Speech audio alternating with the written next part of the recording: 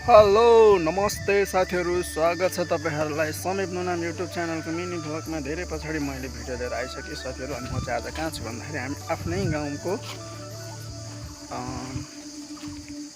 नवनिर्मित पार्क भनेर सानो हाम्रो प्रयास हुँदैछ। बिस्तारै यसलाई राम्रै गर्ने तरिकाले हामीले चाहिँ केही श्रमदान गाउँको सबै मिलेर शनिबार केही श्रम दान गरेर हामीले यहाँ टोइलेट बाथरुमको लागि अहिले यो हुँदैछ काम।